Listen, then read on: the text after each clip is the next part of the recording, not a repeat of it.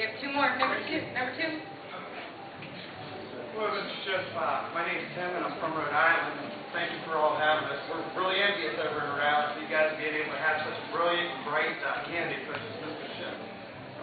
On to my question, Mr. Schiff. The Fed Reserve, I haven't heard it talked about much tonight, and it's been a pet peeve of mine for 2 years since Ron Paul put in H.R. 1207.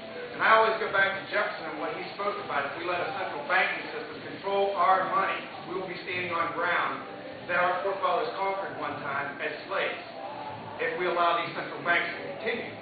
I'm looking at MN3 funds, and that $23.7 trillion is floating around somewhere where nobody's telling us about. How important is that H.R. 1207 and its competing Bill 604 in the Senate?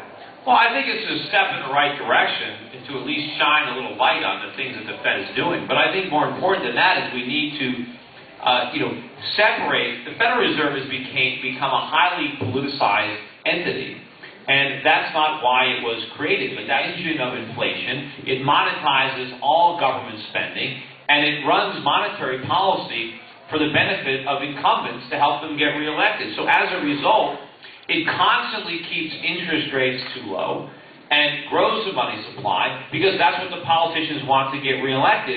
But that's not what the nation needs for long-term growth and stability. We need a Federal Reserve that says no to these politicians.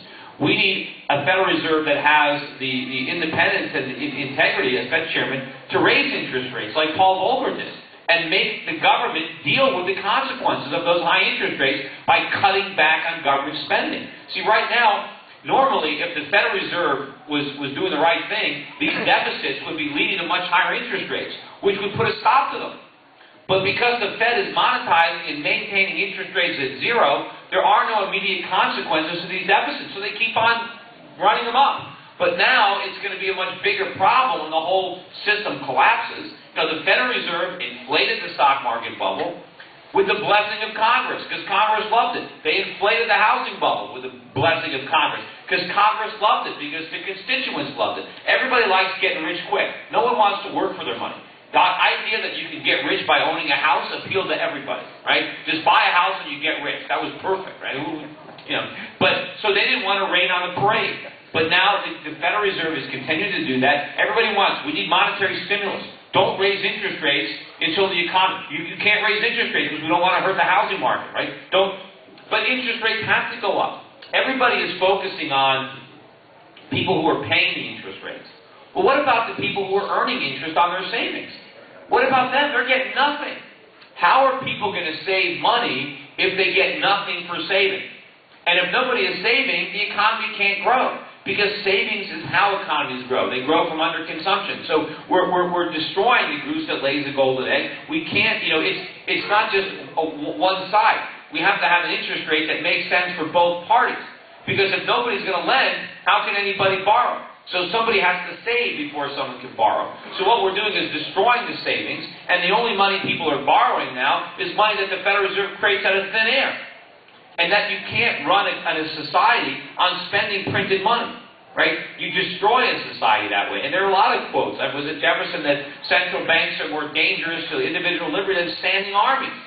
And he was right, because they knew how countries have been destroyed by inflation, and inflations are created by central banks.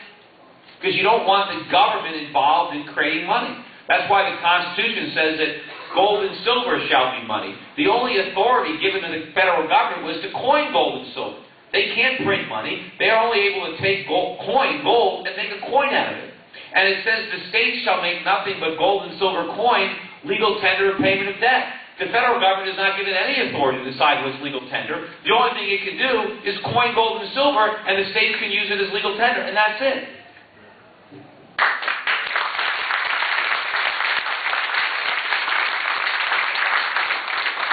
A lot of wisdom back then. We were drawing from we only had about 3 million Americans, and we had a Congress full of very brilliant people. Now we have 300 million Americans. There isn't one guy in Congress that can hold a candle to any of the founding fathers.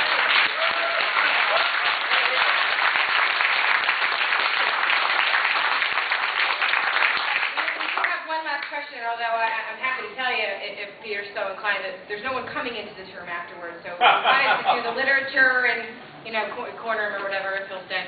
we can do that because no one's coming into the room. But our last question.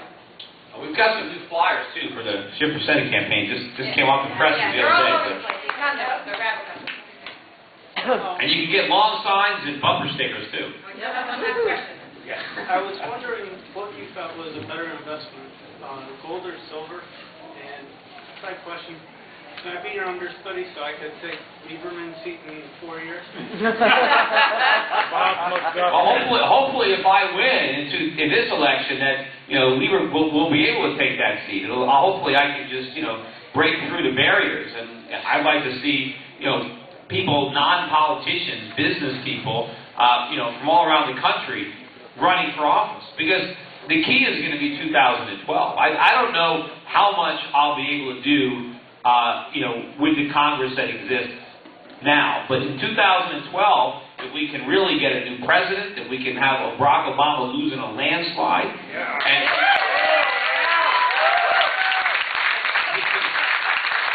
I'd like to be a big part of that. And if we can elect other senators and other representatives that are committed to real reform, that aren't politicians, a real citizens' revolution to retake our Congress and the White House, then we can really accomplish a lot. And I think if I win, it's going to scare a lot of incumbents that maybe their seats are in jeopardy, and really energize a lot of other people. Because nobody thinks I can get elected. I mean, nobody. I went. No one in Washington thinks I can get elected. They don't think I have stepped on every political third rail that exists. It should be impossible for me to get elected. And so, if I can get elected, then there's hope.